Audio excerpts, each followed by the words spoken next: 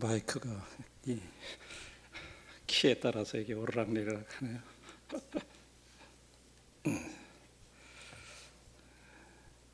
모임 안에 참 여러 성도님들이 이렇게 아프시고 또 그런 소식을 듣는데, 그런 와중에 우리 또 강영기 형제님 소식을 오늘 잠깐 들었는데, 일반 병실로 이렇게 옮기셨다 그러고요.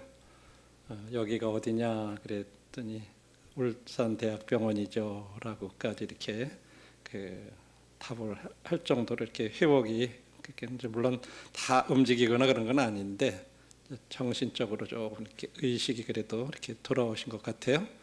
좀 감사가 되고요.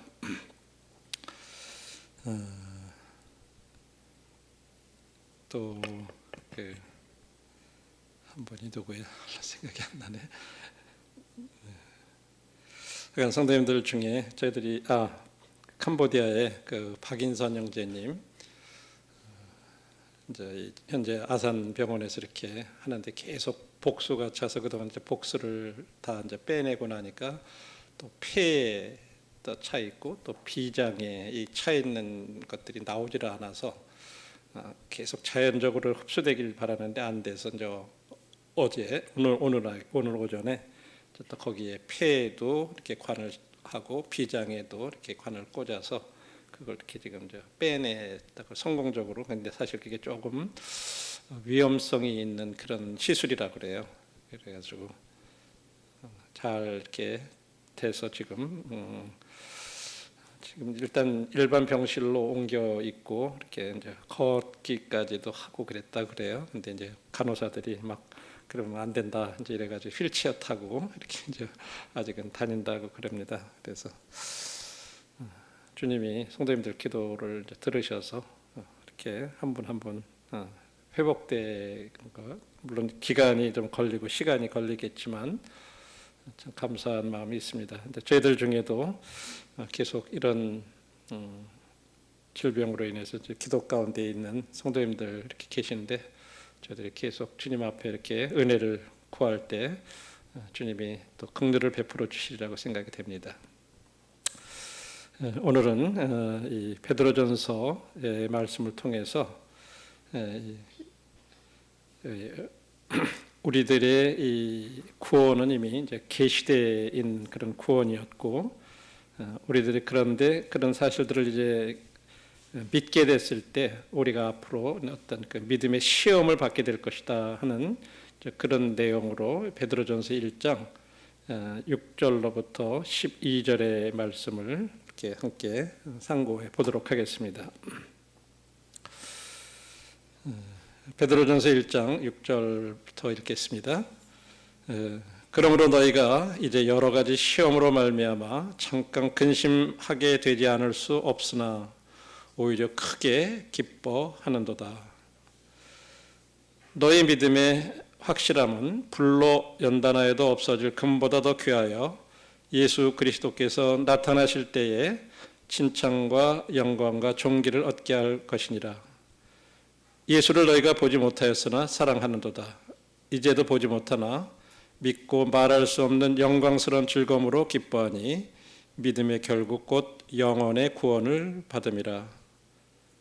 이 구원에 대하여는 너희에게 임할 은혜를 예언하던 선지자들이 연구하고 부지런히 살펴서 자기 속에 계신 그리스도의 영이 그 받으실 고난과 후에 받으실 영광을 미리 증언하여 누구를 또는 어떠한 때를 지시하시는지 상고하니라. 12절입니다. 이 섬긴 바가 자기를 위한 것이 아니요 너희를 위한 것임이 계시로 알게 되었으니 이것은 하늘로부터 보내신 성령을 힘입어 복음을 전하는 자들로 이제 너희에게 알린 것이요 천사들도 살펴보기를 원하는 것이니라. 우리는 지난 번에 이제 주일날 이 베드로전서 1장 1절로부터 5절까지 말씀을 함께 공부를 했었습니다. 다시 한번 그 말씀을 이렇게 한번 기억하는 의미에서 베드로전서 1장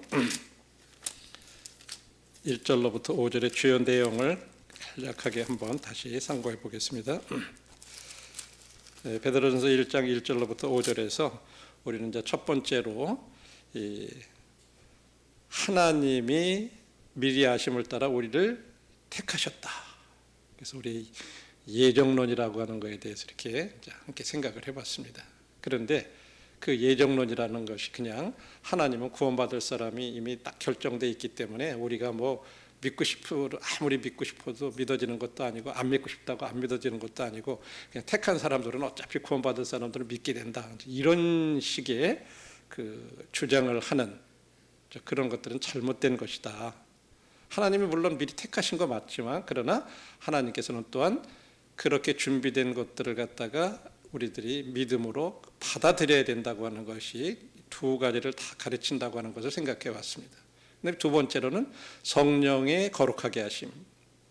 성령님께서 우리가 구원받고 난 다음에 우리를 계속해서 이 성화시켜 가신다 하는 것. 그리고 세 번째는 예수님의 핏뿌림을 우리가 얻었다. 그 말은 이 십자가에서 흘리신 그 예수님의 보혈이 우리의 것이 되었다고 하는 이제 그런 의미라 하는 것을 생각을 해봤습니다. 그리고 이제 3절에서 우리에게 이제 산 소망이 있게 하셨다. 예수님이 죽은 자 가운데서 다시 살아나셨기 때문에 그분을 믿는 우리도 우리 안에 생명이 있고 그래서 우리도 죽은 후에도 계속해서 우리들이 부활할 것이라고 하는 그런 살아있는 소망, 산 소망을 우리가 가지고 있다. 그 다음에 4절에서는 그런 우리들이 이제 하늘에 그런 우리들을 위해서 하늘에 우리가 받을 기업을 예비하고 계신다. 근데 그 기업은 썩지 않고 더럽지 않고 쇠하지 않는 그런 기업이다. 그걸 하는 것을 생각해 봤어요. 그래서 기억나시는지 모르겠어요. 썩지 않는다 하는 말은 death proof라고 이렇게 얘기했어요. 그렇죠? 죽어도 썩지 않는, 죽어도 상관없는, 죽음과 관계없는. 그 다음에 더럽지 않고 sin proof 이렇게 얘기했어요. 뭐 죄로 인해서 오염되지 않는 그런 기업이다. 그 다음에 쇠하지 않는 기업이다. time proof라고 하는 것을 우리가 한번 생각해 봤습니다. 그래서 이제 우리 방수 시계를 워터프루프라고 이렇게 해서 물속에 집어넣어도 그냥 계속해서 잘 가고 아무 이상 없이 기능을 발휘했을 때 그걸 워터프루프라고 하듯이 데스프루프, 신프루프, 그다음에 타임프루프 우리 기업이 그런 것이라고 하는 것을 말씀드렸고 5절에서는 그러한 우리들을 하나님의 능력으로 우리는 보호함을 받고 있다.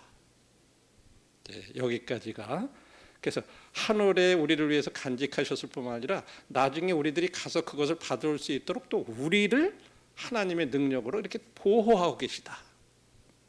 이것이 이제 지난번에 저희들이 1절로부터 5절에서 이제 배웠던 말씀이고 그러면 왜 베드로가 이 편지를 이렇게 썼을까?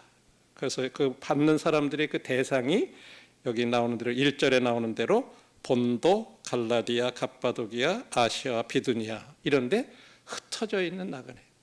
그래서 이제 로마에서 어떤 핍박이 있어가지고 이렇게 이제 그런 로마의 그 식민지 이런 지역들에 이제 다 흩어져 있는 그리스도인들에게 물론 특별히 그 유대인들 가운데 예수님을 믿은 그런 그리스도인들에게 편지를 이렇게 쓴 것이라고 말씀을 드렸어요.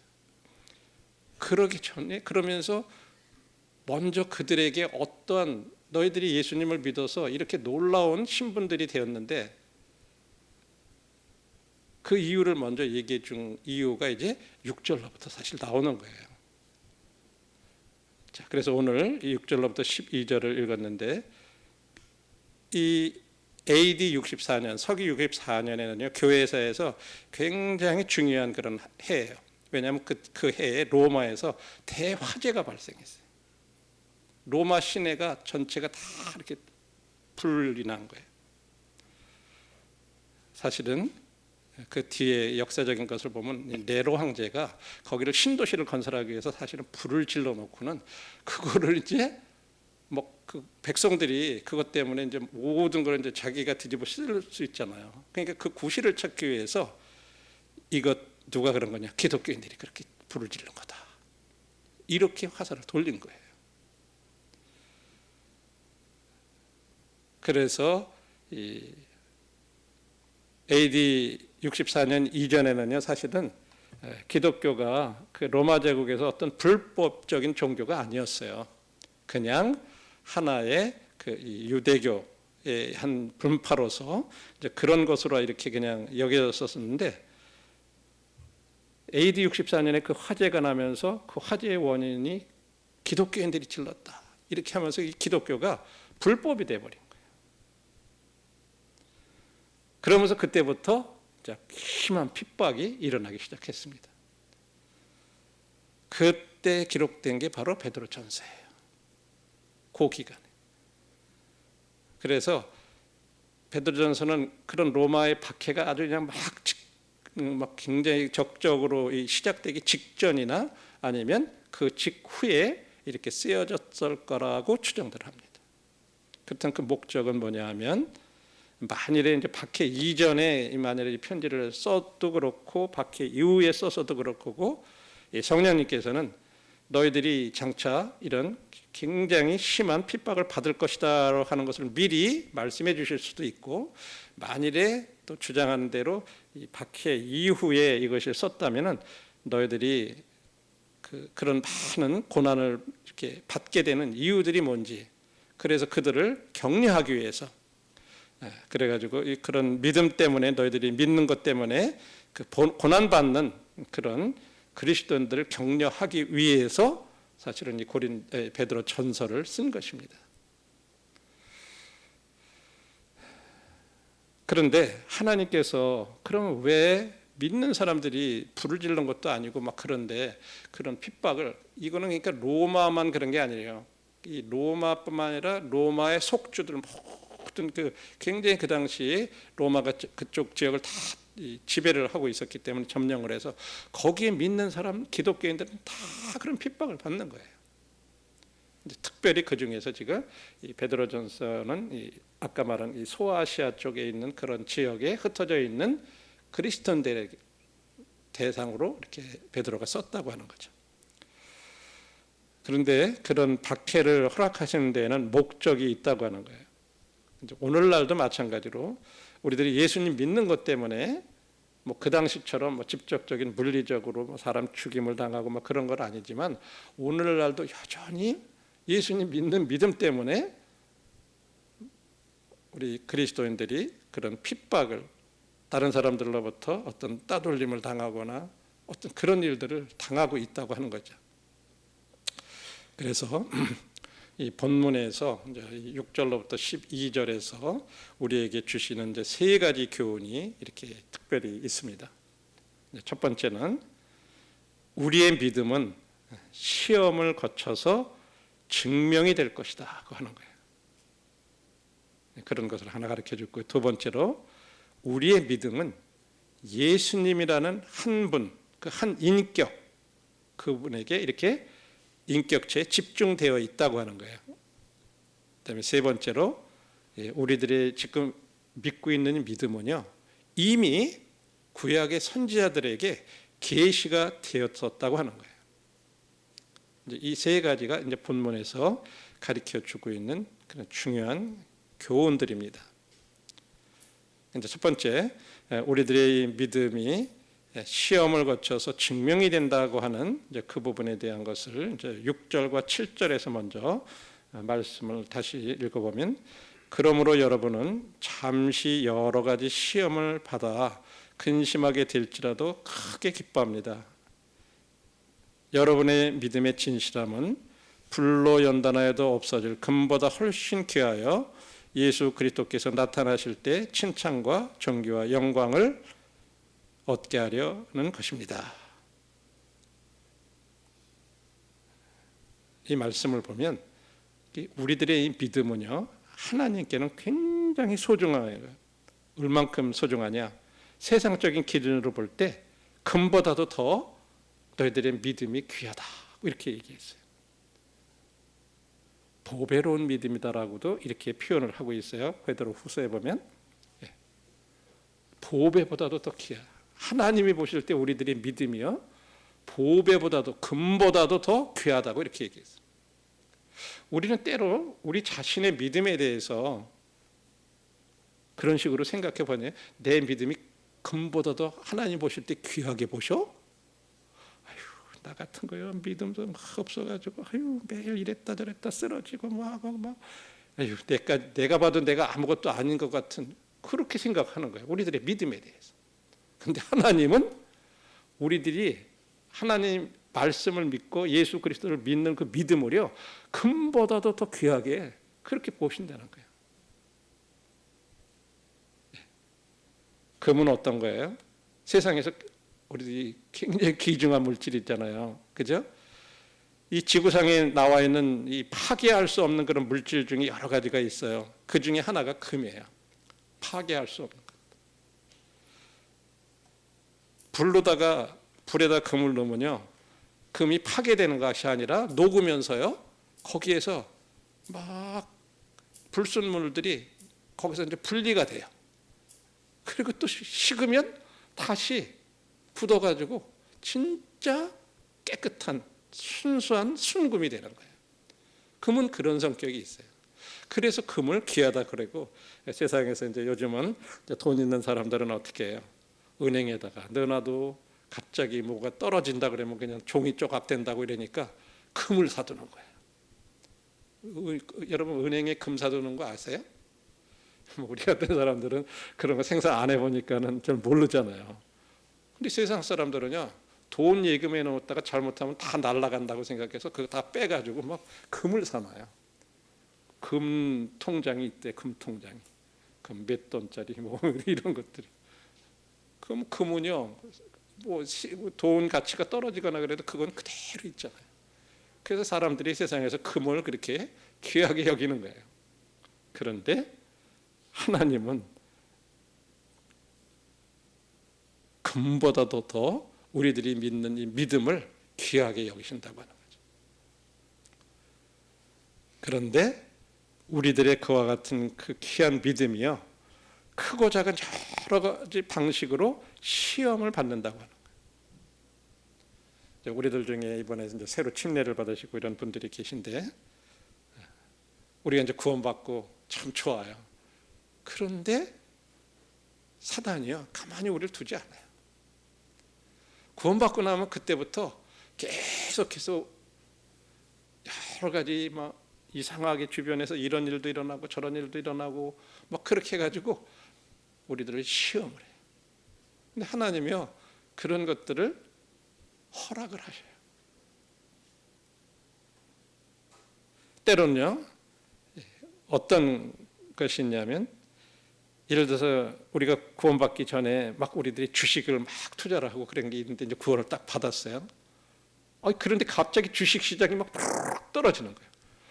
그러면 야 이건 내가 예수님 믿어서 이거 이렇게 되는 건가? 이런 시험이 오는 거예요. 또 어떤 경우에는 예수님 믿기 전에 괜찮은 것 같은데 예수님 믿고 나는데 얼마부터 뭐 어디가 아프고 막 그래가지고 병원을 가봤더니 무슨 암이라든지 뭐 막 그런 게 걸렸다는. 그럼 아이고야 이건 내가 예수님 믿어가지고 뭔가 이거 이상해 이래가지고 이러는 건가? 뭐 이런 생각도 들게 해요. 때로는 전에는 그렇게 친했던 친구들이 갑자기 내가 예수님 믿었다고 그렇게 얘기하니까 그때부터 막 이상하게 그렇게 친했던 친구들이 막 등을 돌리고 비방하고 조롱하고 막 그런 시험, 그런 것도 당할 수 있다고 하는 거예요. 또 직장에서 우리들이 승진을 하려면 어떻게 해야 돼요? 윗사람들한테 뭐 잘 보이고 막 이렇게 하려면 뭐 회식 같은 데 가서도 그냥 뭐 내가 믿는지 안 믿는지 뭐 얘기도 안 하고 그냥 그 자리에서는 같이 그냥 술도 마셔드리고 그 비유도 맞춰드려야 돼. 그래서 어떤 때는 믿음을 내가 믿는 사람이라는 걸 그냥 그 순간을 그냥 넘어가는 거예요. 모면하기 위해서. 또 학교 같은 데서 이제 교수님들한테 대학교 같은 경우나 이런 데서 뭐 조교 활동이라든지 이런 거 할 때요, 내가 믿는 사람이라고 하는 믿는 어떤 그런 걸 이렇게 나타내지 못하는 게 내가 이렇게 하면 혹시 나한테 학점 같은 거 밉보여 가지고 덜 받을까 봐 때로는 믿음 숨길 수도 있고요. 어쨌든 간에 내가 믿는 사람이라고 알려지면 뭔가 모르는 하여간 사람들로부터 불이익을 받을까 봐 이제 어떤 그런 고민을 하는 그런 시험을 받게 된다고 하는 거예요. 그런데 사회에서만 그런 게 아니라요, 우리들의 믿음은 교회 안에서도 시험을 받을 수가 있어요. 여러분, 교회 안에 오면은 여기는 거룩하고 다 믿음 안에 형제 자매들이고 다 좋을 것 같고 막 그런 생각하고 이렇게 이제 처음에 막 하는데 조금 이렇게 같이 생활하다 보니까 때로는 교회에서 어떤 결정 같은 게 이렇게 됐는데 내가 무슨 예를 들어서 어떤 걸 제안하고 그랬는데 그거는 뭐 그냥 저렇게 무시당한 것 같고 내 뜻대로 결정이 안 되고 그러면 막 마음에 속상하고 그런 게 있어요. 여러분, 그럴 때에도 내 마음대로 내가 생각대로 내 뜻대로 결정이 안 됐다 할지라도 진짜 내가 겸손히 그런 것들을 받아들일 수 있는지. 어떤 때 이제 자존심도 상하죠. 나는 무시당한 것 같고. 예. 이런 게 다 시험이에요. 또 내가 특별히 잘못 안 했는 것 같은데 상대방이 나한테 어떤 잘못을 이렇게 해왔는데 그런 것을 내가 진짜 용서를 마음으로부터 이렇게 용서를 할 수 있는지. 뭐 크고 작은 것이 사람 관계 속에서 이제 믿음 안에 교회 안에서조차도 이제 생활을 하다 보면 이런 저런 것들이 이제 나타나요. 이런 것들이 다 교회 안에서도 시험을 받는다고 하는 것이죠. 그런데 지금 우리들이 읽은 이 본문의 주제는 뭐냐 하면 우리 그리스도인의 믿음을 시험하는 시련에 대해서 얘기하는 거예요. 우리가 죄를 짓도록 이렇게 하는 것은 유혹이라고 얘기를 해요. 그런데 우리들의 믿음을 갖다 더 단단하게 만드는 거 연단이라고 말해요. 그것을 가리켜서 시련이라고 얘기를 해요. 마치 불 속에다가 금속 같은 걸 이렇게 집어넣으면 거기에서 녹아가지고 불순물이 막 이렇게 제가 빠져나가가지고 순수한 금물만 남아서 나중에 굳으면 이제 순수한 금이 되듯이 우리들이 지금까지 주님을 믿기 전에 살아와 이렇게 우리 삶 가운데 묻어있던 그런 여러 가지들이 믿음 안에 들어와서도 우리에게 섞여 있는 거예요. 하나님께서는 그런 것들을 다 조금씩 녹여가지고 빼내 가시기를 원하시다. 그래서 우리를 더 순수한 믿음의 사람이 되도록 그렇게 하시기 위해서 우리들한테 시련을 허락하신다고 하는 거예요. 그러면 하나님이 이런 그 시련을 허락하시는 이유가 뭘까? 자, 7절에 보니까 그 이유를 이렇게 얘기합니다. 너의 믿음의 진실함은 불로 연단하여도 없어질 금보다 더 귀하여 예수 그리스도께서 나타나실 때 칭찬과 존귀와 영광을 얻게 하려 함이라. 하나님께서 우리들이 어떤 귀한 금속들이 불에 의해서 이렇게 이제 연단이 되듯이 우리 믿음도 그런 시험을 받을 때 연단이 된다고 하는 거예요. 그게 목적이에요. 우리들한테 시련이 오는 목적은 우리들의 믿음을 연단하기 위해서. 불순물들은 다 불에 타서 없어지고 그런 것처럼 이런 시험과 시련의 불길을 통해서 우리들의 이 믿음이 깨끗하게 된다는 거예요. 정화된다는 거예요. 불순물들이 다 불순물들은 위로 떠 그리고 순금들은 밑으로 가라앉아요. 무거워가지고. 그렇게 해서 분리가 되는 거예요. 여러분들이 다니엘서 3장에 보면 다니엘의 이 세 친구들이 풀무불에다가 이렇게 던져지는 그런 내용이 나와요. 거기 보면 사드락, 메색, 아벳느고라고 하는 세 친구들이 있었는데 진짜 믿음을 잘 다니엘과 함께 지켰던, 그래서 결국은 이 바사 왕이 이제 그들을 풀무에다가 막 펄펄 끓여, 얼마나 뜨거운지 그 옆에 그 갔던 사람들이 막 탈 정도로 뜨거운 그런 데 집어넣은 거예요. 근데 그들이 묶어가지고, 더군다나 꽁꽁 묶어가지고 집어넣었으니 그냥 넣어도 좋을 텐데 묶어가지고 움직이지도 못하게 해서 집어넣었단 말이에요. 그런데 가만히 보니까 그들이 불 가운데서도 막 자유롭게, 어떤 사람하고 한 인자 같은 이가 거기 보니까 한 명이 더 생겼어. 그러면서 같이 이렇게 걷는 모습이 보였던 거예요. 거기 들어가서 오히려 그들은 사실은 이제 이 주님이 함께 하시는 거예요. 그래서 거기서 자유롭게 이렇게 걸어 다녔어요. 자유를 오히려 얻었어요. 예.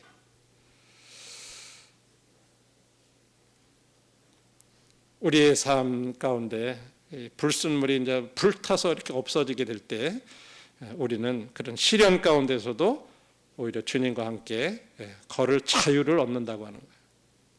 이게 이제 시련에 있어서 우리들이 생각할 때는 굉장히 싫어요. 사실은 그런 거 당하고 그런 거 하면 어려워요, 마음이. 그런데 오히려 우리들이 그런 것을 올바로, 그런 것들을 잘 통과를 하면 우리들의 얽매였던 것들 막 그런 것에서 오히려 자유로워져요.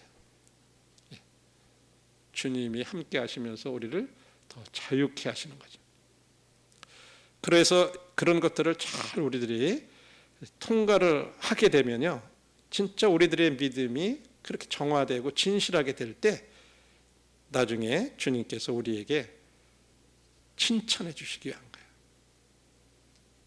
찬양과 존귀와 영광을 이렇게 주게 되실 거라고, 우리들이 그런 것을 얻게 된다고 하는 거예요. 그래서 시련 당할 때 우리들이 실망하고 낭망해 있지 말라고 하는 거예요. 우리 지금 모임 안에 이제 성도님들 여러 가지 지금 질병이라든지 뭐 어떤 것들로 지금 여러 가지 어려움들이 있잖아요. 그럴 때 우리들이 낭망하지 않고, 이런 과정을 허락하신 이유가 물론 그 일을 당하는 본인뿐만 아니라 그 주변에 관련된 관계된 모든 분들에게 그들의 믿음을 함께 우리들이 그렇게 정화해 가서, 그래서 그걸 잘 통과하면요, 물론 우리들이 어떤 꼭 병이 꼭 낫지 않을 수도 있고, 때로는 주님이 우리 데려가시기도 하고 또 회복시켜 주시기도 하고, 그러나 그런 것들에 대해서 우리가 감사함으로 잘 받아서 우리들의 믿음이 진실함이 이렇게 증명이 되면 나중에 주님께서 우리를 칭찬해 주시고 우리들의 영광을 이렇게 주신다고 하는 거죠. 다른 말씀에도 보면, 그래서 로마서 8장 17절에서는 우리가 그와 함께 고난을 받으면 그와 함께 영광도 받을 것입니다 라고 이렇게 말하고 있어요. 그러니까 영광이라고 하는 것은 고난이 없이는 영광이 없다, 그런 찬양도 있잖아요, 그죠? 고난이 없으면 영광도 없다 그랬어요. 이 고난이 그렇기 때문에 고난 받을 때 이게 내가 영광 받을 기회구나, 내가 이 고난 잘 견디고 잘 받으면 나중에 나한테 영광 주시려고 그러는구나, 나중에 칭찬 해주시려고 그러는 거구나. 우리들이 이제 그렇게 받으면 그런 시련, 고난이 오히려 우리들한테 뭐 어렵거나 막 짐이 되거나 그런 게 아니고 힘들거나 그렇지 않다고 하는 거죠. 그리고 마태복음 25장 21절에서도 주님께서 그 달란트를 이렇게 5달란트, 2달란트, 1달란트 준 그 종들한테 뭐라 그랬어요? 잘했다, 착하고 충성된 종아. 우리들이 잘 견디고 그런 것들에 대해서, 우리들에게 주신 것들에 대해서 잘 관리하고 또 그런 시험을 잘 견디고 그러면 주님으로부터 잘했어, 아유 이 착한 내 종아 라고 칭찬해 주신다고. 이처럼 첫 번째로 우리들의 믿음은 이렇게 시험을 받고 나중에 증명될 것이라고 하는 것을 먼저 첫 번째 교훈을 해 주시겠고, 두 번째 교훈은 뭐죠? 우리들의 믿음은 어떤 한 분에게 이렇게 집중되어 있다고 하는 거예요. 그게 이제 8절 9절의 말씀이에요. 그분이 누구냐면 바로 예수님이에요. 예수를 너희가 보지 못하였으나 사랑하는도다. 지금 이 편지를 받는 사람들을 로마 제국 그 당시 그러니까 벌써 예수님이 돌아가신 지가 벌써 이게 AD 64년경에 이 편지가 썼다 그러니까 거의 한 20년 이상 이렇게 지난 거잖아요. 그리고 그 지역에 있는 사람들은 예수님을 직접 보거나 그런 사람들이 아니에요. 그런데 너희들이 예수님을 보지 못했는데 참 사랑한다. 우리들도 예수님 봤나요? 우리 중에 예수님 본 사람 있어요? 예수님 보신 분? 못 봤어요? 예수님 못 보셨어요? 진짜 못 보셨어요? 이상한데? 근데 어떻게 믿으셨어요? 네? 예. 말씀을 통해서 우리가 예수님 믿었잖아요. 그런데 보지는 못했는데 여기 보니까 뭐라 그래요? 사랑한다. 참 신기하죠. 여러분 보지 못한 사람 사랑할 수 있어요?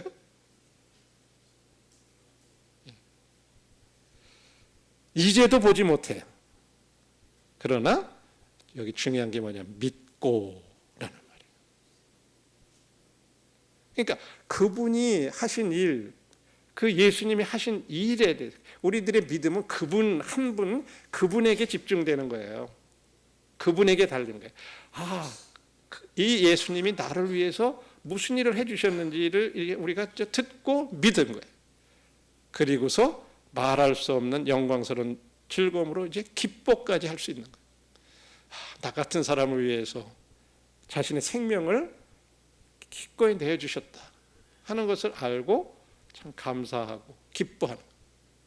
그래서 9절에 보니까 우리들이 그런 예수님을 믿을 때 그 결국이 뭐냐? 우리들의 영혼이 구원을 받습니다. 그래서 우리들의 이 믿음이라고 하는 것은 나에게 달린 것도 아니고 어떤 사건에 달린 것도 아니고 그분 자신, 그 예수님이 어떤 분이냐에 달린 거예요. 우리들의 믿음은.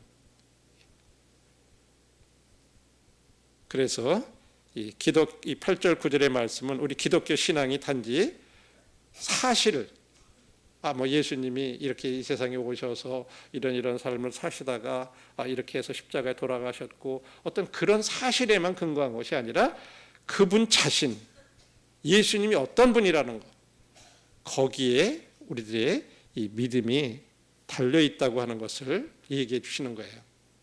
그래서 우리가 보지 못했지만 사랑하는 거예요. 그분 때문에.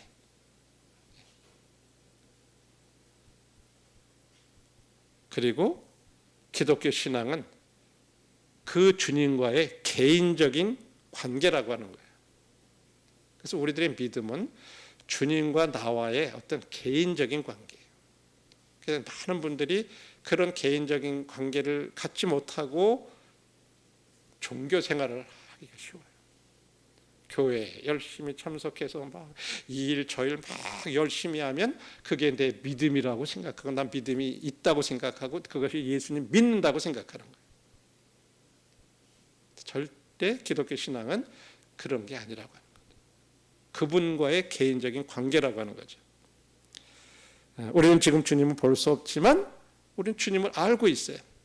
기록된 말씀을 통해서. 그래서 우리는 주님만이 주실 수 있는 그런 영광스러운 기쁨을 경험할 수 있다고 하는 거예요. 여러분들이 이제 처음 이렇게 믿음을 시작하시는 분들은 이런 부분들에 대해서 다 이해할 수 없는 어떤 그런 부분이 있지만 그 정도 차이는 있어도 이제 조금씩 그런 것들을 경험해 가실 거예요. 여러분들은 그런 기쁨을 경험해 보셨나요? 우리 모두 경험할 수 있다고 하는 거예요. 이건 모든 믿는 자에게 주어지는 기쁨이며 어떤 상황에 의해서 좌우되는 그런 기쁨이 아니에요. 우리 자매님들이 이제 이식과 저희 실제적인 그리스도의 삶, 이제 이 이식과를 이제 마지막으로 이렇게 이제 다 배웠어요. 이제 거기에 보면 이 성령의 열매에 대해서 이렇게 배울 때 그 가운데 하나가 이 기쁨이에요. 근데 이 기쁨은 상황에 따라서 좌우되는 것이 아니다, 이런 내용입니다. 어떤 말이냐면 내가 원하는 어떤 것을 얻으면 우리는 기쁘잖아요. 내가 또 생각하는 어떤 것들이 이루어지면 기뻐요. 그런데 그런 것들은요, 이 세상에서는요, 예를 들어서 내가 원하는 그런 것이 있는데 갑자기 이게 어디를 잃어버리거나 그러면요, 그때는 그건 내가 아끼는 건데, 막 그때부터 또 마음이 기쁨이 싹 사라져 버리는 거예요. 아깝고. 그러니까 이건 상황에 의해서 좌우되는 것인데, 성령님께서 우리에게 주시는 기쁨은 그런 상황과 관계없다는 거예요. 내가 잃어버리든 어떤 그런 것으로 인해서 기뻐하지 않는, 슬퍼하지 않는다는 거예요. 그런 것이 성령이 우리를 내 삶 가운데서 성령님께서 내 삶을 지배하도록 그렇게 맡겨드리면 내 안에 계신 성령님께서 그런 영역에 있어서까지도 기뻐할 수 있게 해주시는, 그것이 바로 성령의 열매다라고 하는 그런 내용들을 함께 배웠어요. 그래서 우리가 지금 이 믿음이라고 하는 것은 한 분 예수 그리스도에게 이렇게 집중되어 있다고 하는 것을 이렇게 말씀해주고 있어요. 그리고 9절의 말씀에 보면 우리들은 우리 믿음의 결국 곧 영혼의 구원을 받음이라. 영혼의 구원을 통해서 일단 이런 것들이 또 보장이 된다고 하는 거죠. 자, 그 다음에 이제 11절, 12절에서는요, 우리들이 믿는 이 구원, 이것은 이미 선지자들에게 계시된 그런 것이라고 하는 거예요. 이미 우리가 그냥 갑자기 이렇게 생겨난 게 아니라 이미 오래전에, 지금 11절에 보니까 이렇게 말씀하시죠. 자기 속에 계신 그리스도의 영이 그 받으실 고난과 후에 받으실 영광을 미리 증언하여 누구를 또는 어떠한 때를 지시하시는지 상고하니라. 12절, 이 섬긴 바가 자기를 위한 것이 아니요 너희를 위한 것임이 계시로 알게 되었으니 이것은 하늘로부터 보내신 성령을 힘입어 복음을 전하는 자들에게 이제 너희에게 알린 것이요 천사들도 살펴보기를 원하는 것이니라.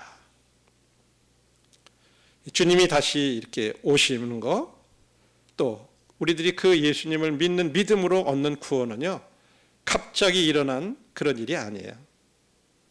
이미 그렇게 될 것이라고, 메시아가 와서 고난 받을 것이라든지 어떻게 돌아가실 거라든지 이런 것들이 이사야서 53장이라든지 이런데 다 이미 계시됐어요. 선지자들에게. 그리고 예언이 되었었어요. 그런데 사실은 그 당시에 선지자들은 자신들이 그것을 이렇게 기록은 했지만 완전히 그게 무슨 의미인지는 완전히 이해하지 못했었어요. 그렇지만 그분이, 그 메시아가 구원을 가져다 주시러 오실 거라고 하는 것은 분명히 알았어요. 그게 지금 기록된 말씀이에요. 11절에 보면 그렇게 얘기하고 있죠. 그들은 또한 메시아께서 영광을 받으시기 전에 고난을 겪어야 한다는 것도 알고 있었어요. 그리고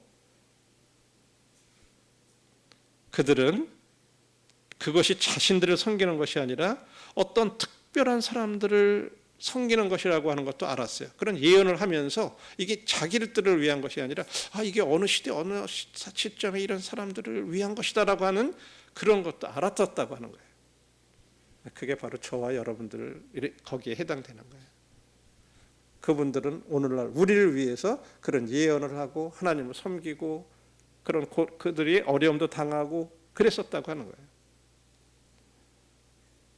그들은 그리스도를 알게 될 미래의 믿는 자들을 사실은 섬기고 있었던 거예요. 오늘날 우리를 섬겼던 거예요. 이처럼 우리들의 믿음은 이렇게 선지자들에게 미리 다 계시되었던 그런 믿음이었다고 하는 거죠. 세 가지 다시 한번 우리들이 교훈을 한번 생각해 보면, 첫 번째, 이 베드로전서 1장 6절에서 12절에 우리가 지금 이 기독교 신앙에 관한 이 세 가지 중요한 진리 우리가 이제 기억을 해야 될 것입니다. 첫 번째가 우리들의 믿음은 시험을 거쳐서 증명될 것이다.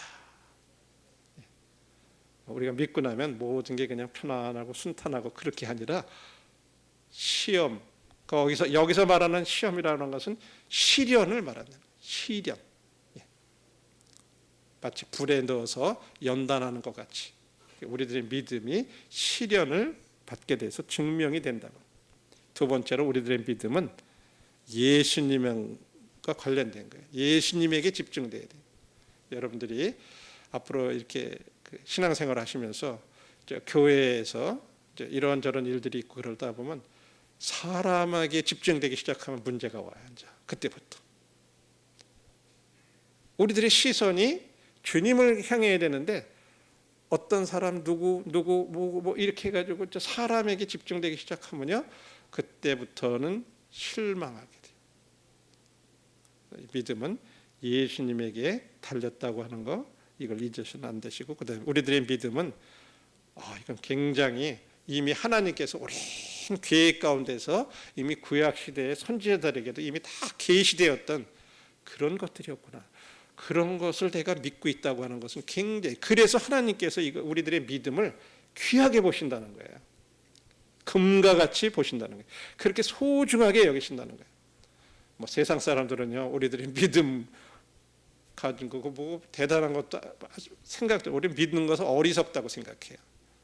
저런 사람들은 참 의지도 없고 뭔가 약해서 그래서 그렇게 어떤 신앙이라는 것을 의지하려고 그렇게 하는 거야. 이렇게 보는 거예요. 근데 우리들은 진짜 보잘것없는 믿음 갖고 내가 내 자신을 생각해도 참 형편없어. 아유, 내가 나를 생각해도 그런 믿음 것 같은데 하나님은 그렇게 안 보신다고 하는 거예요. 참 신기하죠?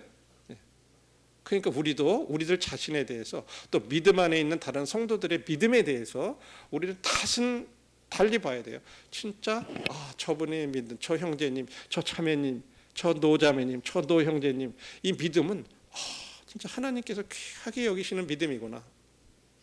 우리 그런 생각이 필요한 거예요, 서로 간에.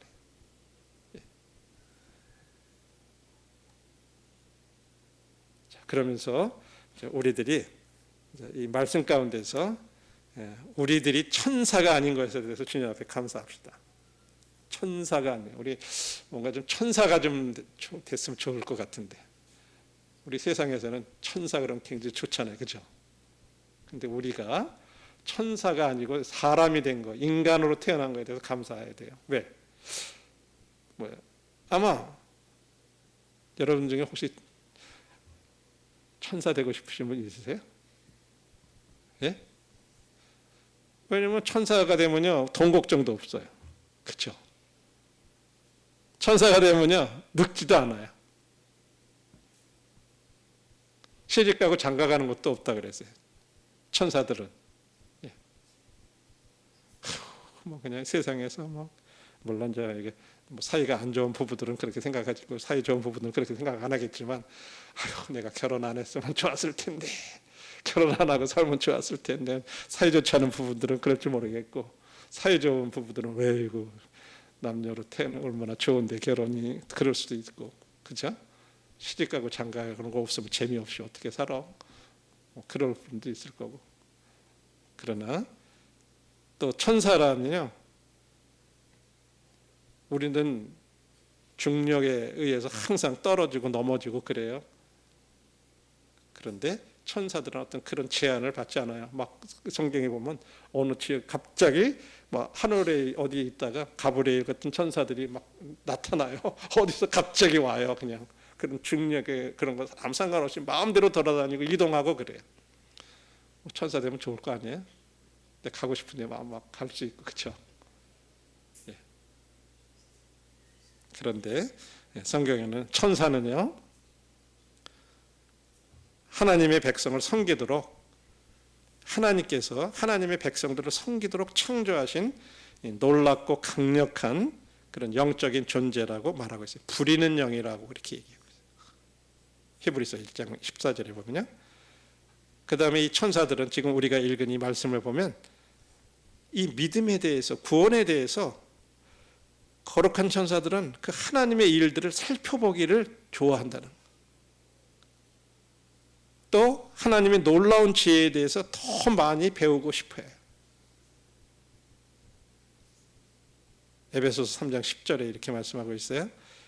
이제 교회로 말미암아 하늘에 있는 통치자들과 권세들에게 하나님의 각종 지혜를 알게 하려 하심이니, 이 교회를 통해서요 천사들에게 배우게 하시고 가르치시고, 그래서 이 너울 쓰는 걸 통해서도 그렇게 얘기해요.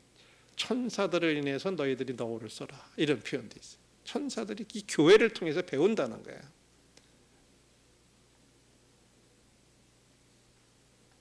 그런데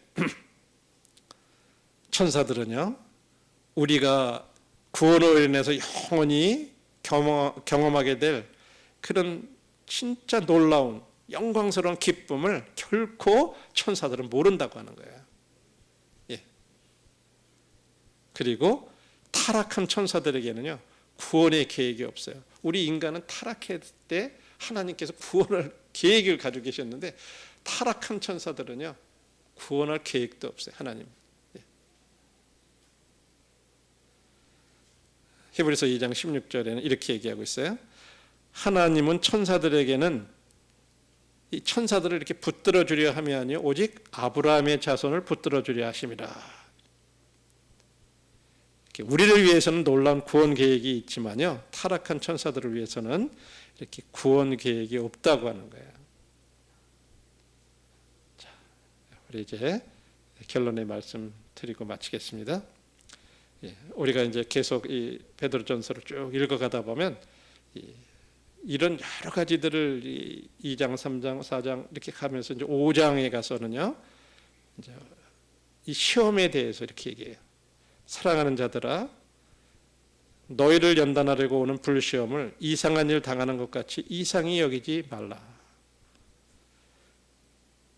첫 번째는요, 우리가 이 시련이 오는 것은 우리를 연단하기 위해서 오는 거라 그랬는데, 그런 것이 올 때 그 어떤 때는요 굉장히 진짜로 어려운 어떤 불시험이라고 이렇게 표현을 했어요.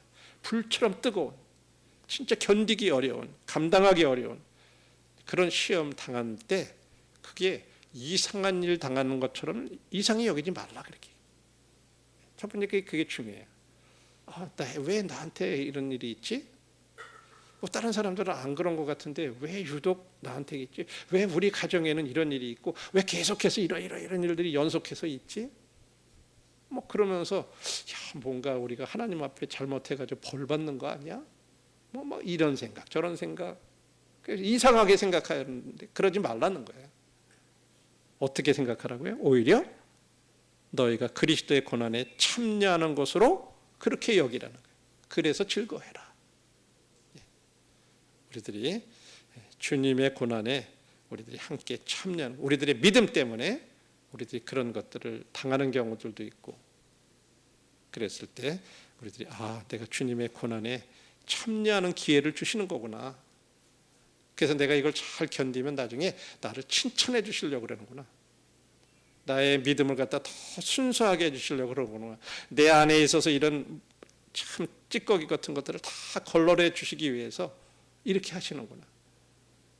어떤 때 진짜 막 상대방이 우리 속상하게 하면 우리 안에서 그냥 막 끌어오르잖아요. 우리 다 그런 거 경험하잖아요. 평소에는 다 좋은 것 같은데 막 내 자존심 한번 건드려 놓으면 그냥 내가 진짜 구원받은 사람인지 아닌지 모를 정도로 내 자신이 봐도 내 모습이 그런 게 막 나타나는 거예요. 주님이 끄집어내시는 거예요. 그런 걸 통해 가지고. 그래서 더 우리를 깨끗한 믿음의 사람들이 되도록 그렇게 하기 위한 거기 때문에 오늘 말씀들을 통해서 우리들의 믿음의 시련에 대해서 이렇게 우리들이 감사하고, 현재 우리들이 당하는 어려움들에 대해서 우리 낭망하지 않고 계속 이 길을 함께 가면 좋겠습니다. 감사합니다.